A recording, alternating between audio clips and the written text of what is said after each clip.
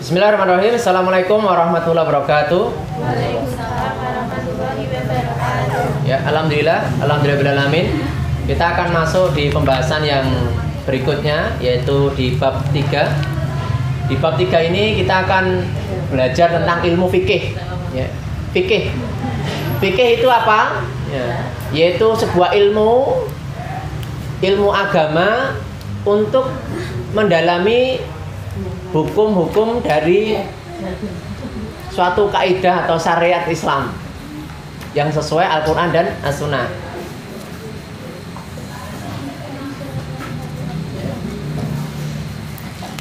Jadi fikih ini pembahasan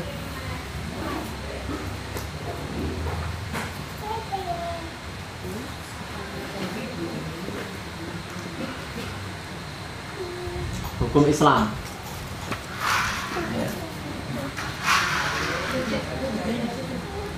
Nah, di dalam pembahasan hukum Islam ini sering kita mengenal adanya manhaj seseorang. Nah, manhaj itu apa? Manhaj itu adalah jalan. Jadi jalan yang ditempuh yang sesuai Al-Quran dan As-Sunnah.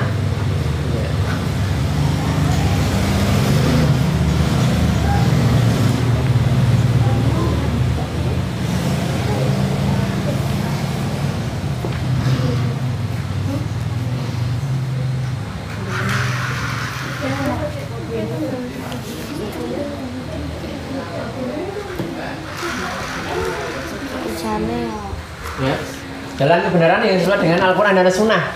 Nah, di dalam hukum-hukum syar'i ini, jalan yang telah diajarkan yang sesuai dengan Al-Quran dan Sunnah, inilah manhaj. Ya, manhaj. Dalam manhaj ini, beberapa ulama terkadang itu dia mengambil kesimpulan. Nah, mengambil kesimpulan-kesimpulan dari beberapa hukum yang telah diajarkan di dalam Al-Quran dan As-Sunnah. Nah, kesimpulan-kesimpulan para ulama inilah yang disebut dengan mazhab. Nah, jadi nanti jangan salah ya. Jadi nanti ketika kita ini dalam tata cara beribadahnya kok sedikit berbeda dengan teman-teman kita yang lainnya. Kalau kita melihat ini kita harus lebih dewasa. Kenapa? Mazhab itu adalah kesimpulan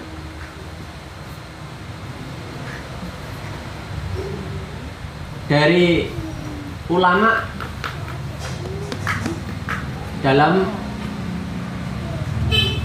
beristihad.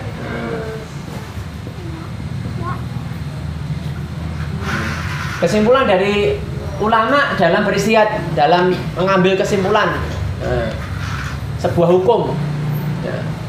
Ketika nanti kita dalam beristihad atau mengambil kesimpulan dari hukum itu, ternyata kok itu salah, baiknya apa kalau dalam Islam? Itu mendapatkan satu kebaikan, Bu. Tapi kalau kita benar, itu dua kebaikan. Misalkan gitu, rokaat taraweh, itu rokaat taraweh kok ono sing 11, ono sing 13, dah sing bener sing ndi, gitu. Itu dalam rangka istihad para ulama. Dulu itu 11 rokaat, itu bacaannya panjang-panjang. Nah, biar itu lama karena kita hafalannya pendek-pendek, akhirnya diperbanyak. Nah, itulah namanya istihad. Istihad para ulama dalam kesimpulan dalam mengambil beberapa ayat suci Al-Quran atau hadis. Nah, disitulah dikenal dengan mazhab. Ada 4 mazhab yang besar. Meskipun sebenarnya masih ada beberapa mazhab-mazhab yang lainnya. Ada Imam Ahmad bin Hanbal, ada Imam Abu Hanifah, ya, ada Imam Syafi'i, gitu. Ada Hanafi, Hambali dan lain sebagainya, ya. Nah, itu beberapa mazhab yang kita kenal, ya. Nah, pada sore hari ini kita akan mengawali di bab yang pertama, yaitu bab thaharah. Saya hapus ya, Bu. Bismillah.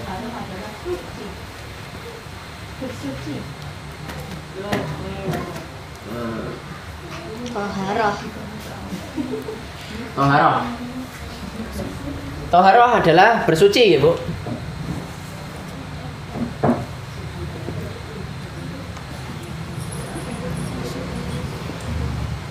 Bersuci. Ya.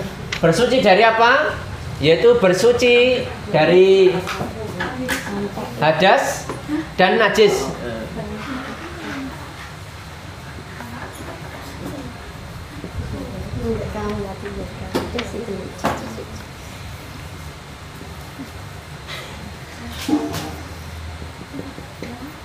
Bersuci dari hadas dan najis.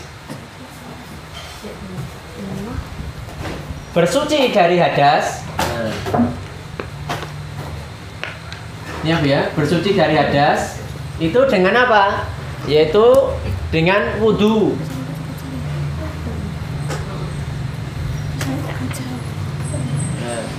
Lalu dengan apa lagi? Dengan mandi.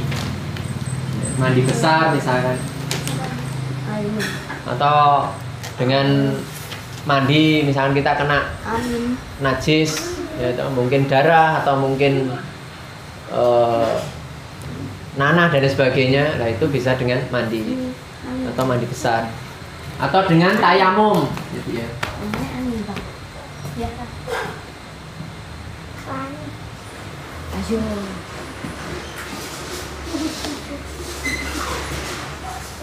Ya, bersuci dari najis, wudu, mandi, tayamum, ya.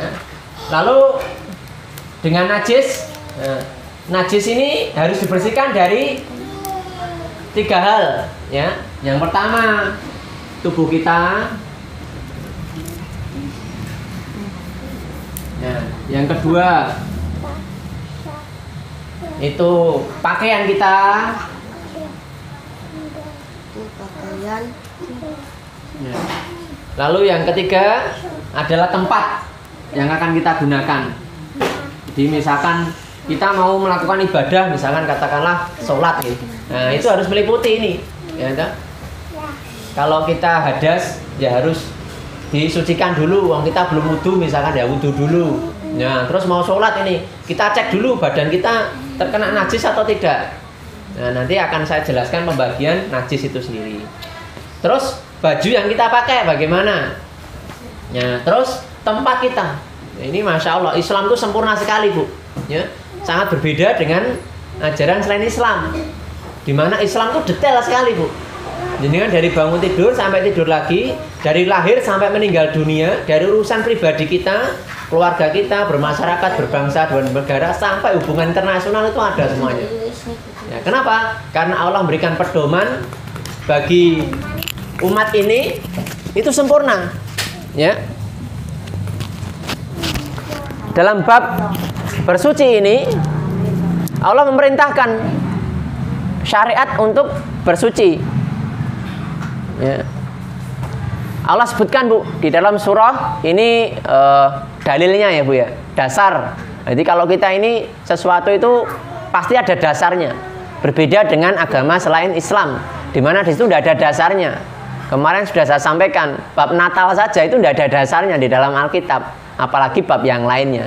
Nah, kalau kita ini bab yang kecil saja, thaharah ini nanti bab membersihkan dan sebagainya itu detail sekali. Nah, di bab dasar dari bersuci ini apa? Banyak sekali, tapi ini akan saya sebutkan beberapa. Allah sebutkan di dalam surat Al-Quranul Karim, ya, surah Al-Baqarah ayat yang ke-222. Nanti bisa dibuka nggih kalau di rumah. A'udzubillahi minasyaitonirrajim. Bismillahirrahmanirrahim. Innallaha yuhibbut tawwabina wa yuhibbul mutatahhirin. Sesungguhnya Allah mencintai orang-orang yang taubat dan orang-orang yang bertoharoh atau membersihkan diri. Jadi Allah mencintai orang-orang yang bertaubat. Taubat itu yang mengakui dosa-dosanya, karena manusia itu tempat lupa dan tempat berdosa. Dan sebaik-baik manusia adalah orang yang mengakui perbuatan dosanya dan dia bertobat sama Allah. Dan Allah Maha Pengampun. Allah akan mengampuni semua dosa kecuali satu dosa. Apa itu? Dosa syirik, menyekutukan Allah. Dan Allah mencintai orang-orang yang bertoharoh, membersihkan diri.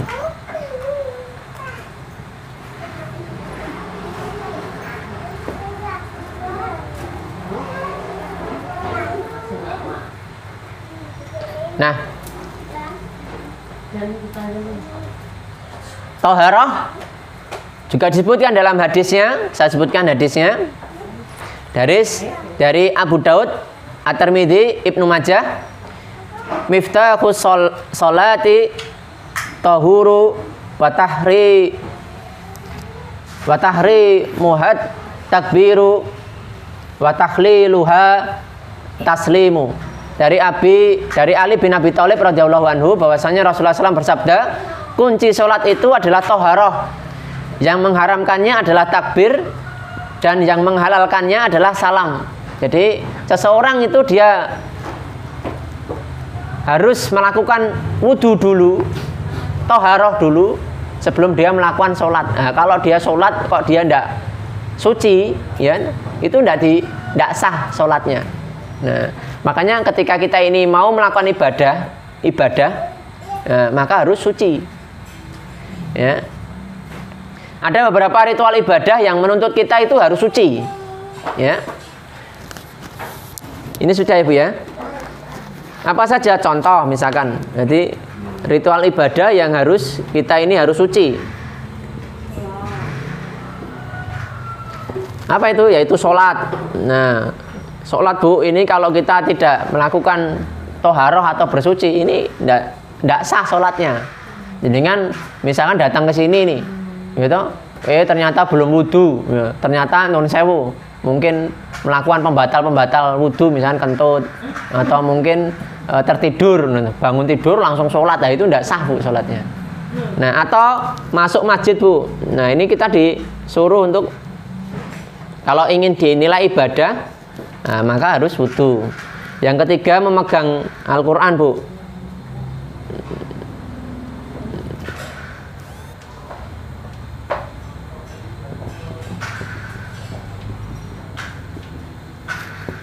Yang berikutnya melafazkan atau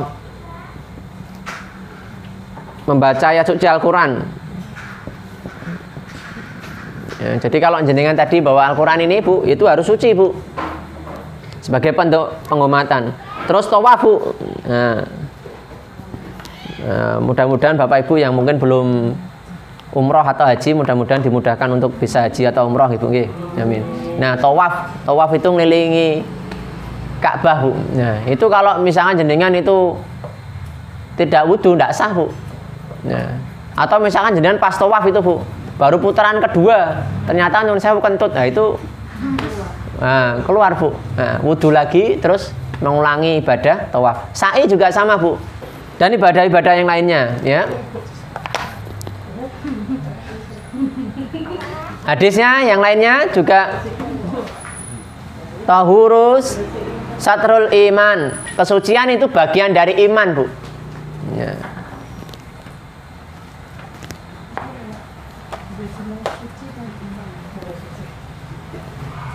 Kita akan masuk Bu. Nah, Bapak Ibu yang dirahmati Allah Ta'ala, sebagaimana pernah saya jelaskan, Al-Quran datang itu untuk menyempurnakan, menggenapi hukum-hukum yang sebelumnya di Taurat, ya, Zabur atau Injil itu sendiri, ya. Di ajaran yang terdahulu, ajarannya Nabi Musa atau di dalam Taurat atau Zabur, itu orang kalau terkena najis Bapak Ibu, itu harus dipotong Bu, digunting. Misalkan ini ya, Ini baju, nah, terkena najis. Itu kalau dulu digunting, Bu, itu. Ya. Lalu Rasulullah SAW diutus oleh oleh Allah SWT sebagai nabi yang terakhir dan diberikan pedoman Al-Qur'an dan As-Sunnah. Nah, di situ tidak dipotong, Bu, tapi dibersihkan nanti. Ya, jadi kalau jenengan ngikutin dulu sama, Bu. Hukum Taurat, Injil atau Alkitab itu sama, Bu. Orang pencuri potong tangan, Bu. Kalau Al-Qur'an lebih disempurnakan lagi, tidak semuanya pencuri potong tangan, Bu. Bahkan ada yang dimaafkan dan lain sebagainya. Nah, ya. Itu di dalam imamat, Bu. Kalau jenengan masih buka itu di hukum Taurat itu imamat 1 ayat yang awal-awal itu disebutkan orang yang najis, terkena najis bajunya itu dipotong. Nah, kalau dalam Al-Qur'an, dalam hadis itu dibersihkan. Nah, sampai hilang bau, warnanya itu sifatnya. Nah, jadi misalkan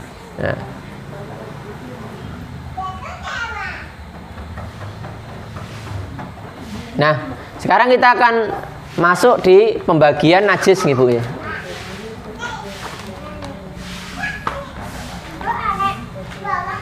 Nah, sudah ya, Bu, ya, saya hapus ya.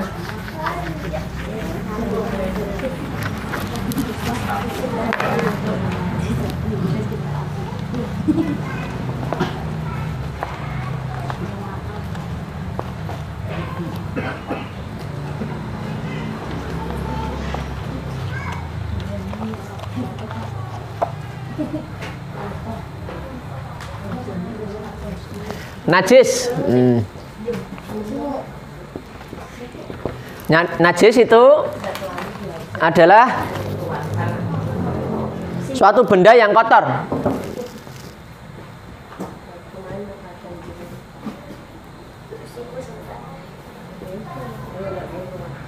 Suatu benda yang kotor. Nah, menurut syarak, contohnya apa? Nah, bangkai, kecuali manusia, ikan dan belalang. Ya, 1 bangkai. Ini najis, Bu. Yang kedua, darah, Bu. Yang ketiga, nanah. Yang keempat, segala sesuatu yang keluar dari kubul dan dubur, Bu. Ya.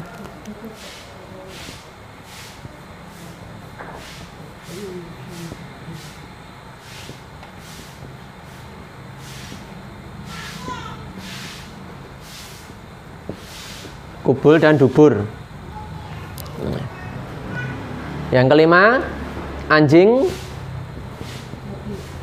dan babi. Yang keenam, minuman keras.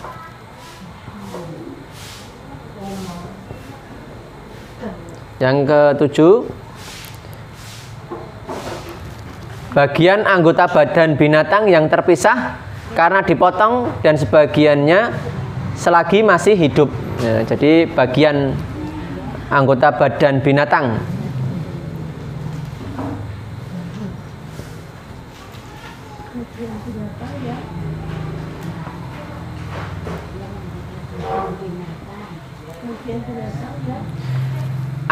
Bagian anggota badan binatang yang terpisah karena dipotong dan sebagiannya selagi masih hidup. Jadi dipotong itu, Bu, ya, sebagiannya itu kayak hampir mirip kayak bangkai. Kalau bangkai kan semuanya sudah meninggal. Kalau ini masih sentik-sentik ya, itu kena, Bu, itu najis. Oke. Ini, Bu, najis itu sesuatu barang yang kotor. Nah, contohnya ini. Nah, sekarang najis itu menurut jenisnya dia dibagi menjadi 3. Nah.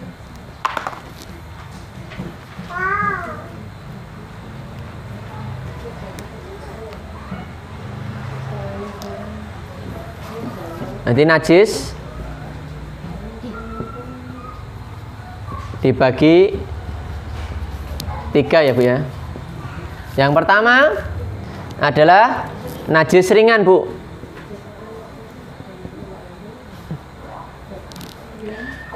Najis ringan atau mukhafafah. Ya. Najis ringan atau mukhafafah kalau bahasa Arabnya. Yang kedua,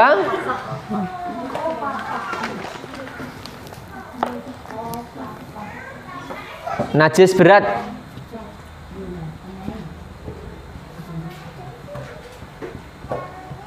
Mughaladah.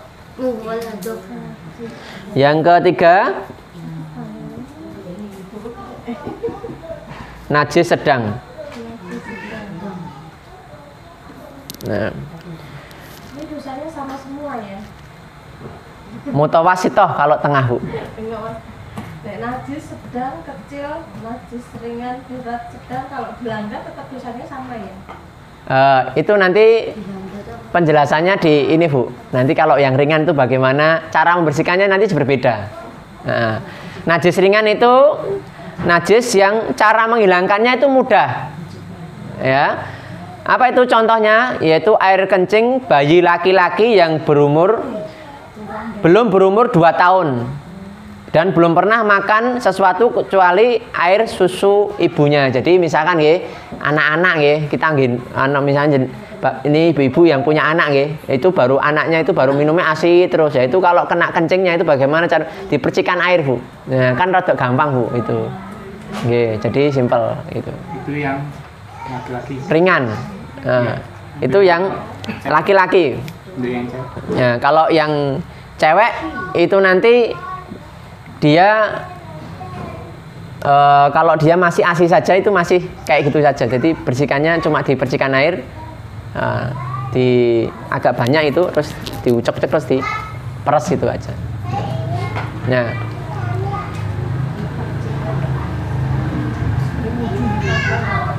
Nah, kalau yang najis berat, najis yang berat itu najis anjing dan babi dan keturunannya. Jadi kayak jilatan anjing gitu. Jadi misalkan jenengan kakinya ini katakanlah itu terkena anjing, ya. Itu masya Allah, sesuatu yang Allah perintahkan itu pasti ada kebaikannya, dan sesuatu yang dilarang itu pasti ada keburukannya. Jadi Allah itu maha tahu, karena Allah itu yang menciptakan kita. Jadi baik buruknya itu Allah yang paling tahu. Kayak kita ini beli Honda, motor Honda, pasti ada pedomannya. Nah, begitu pula Allah yang maha al-khaliq atau yang maha pencipta itu tahu betul baik buruknya manusia. Nah, kalau mungkin sekarang ada ilmu pengetahuan, ternyata air liur dari anjing itu bakterinya banyak sekali, gitu. Nah, maka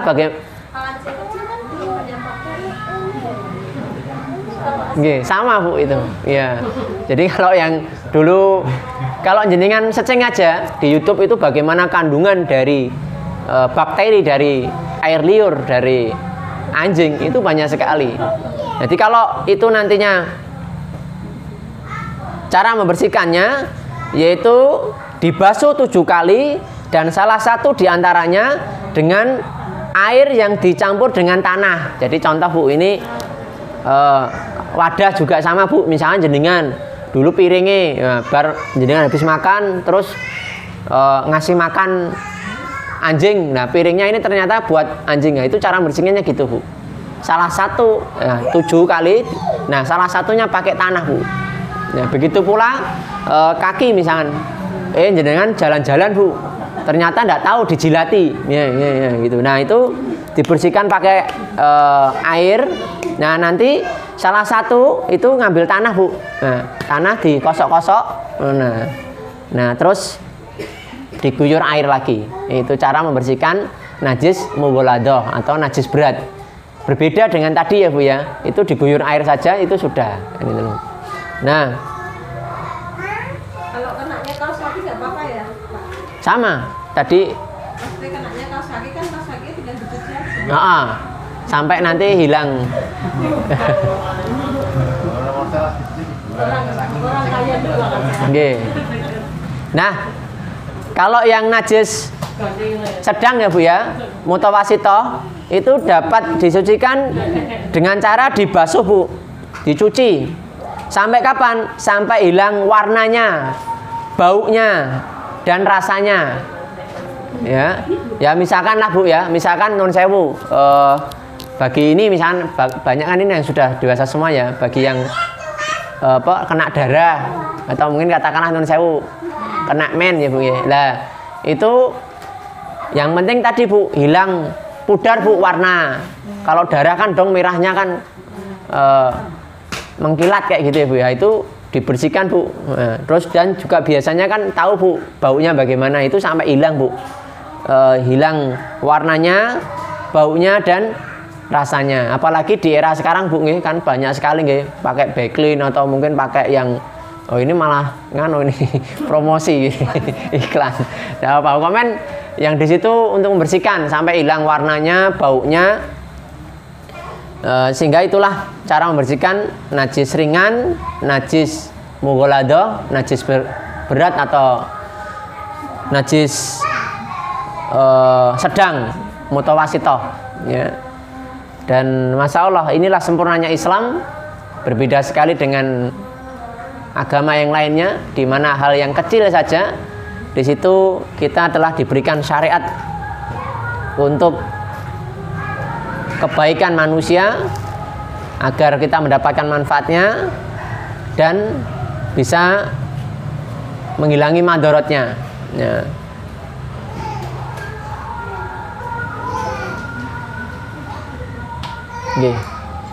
Ini pelajaran kita bab fikih, terlebih bab toharoh. Insya Allah kita akan sambung lagi dan kita akan lanjut lagi materinya setelah jeda sholat maghrib dulu.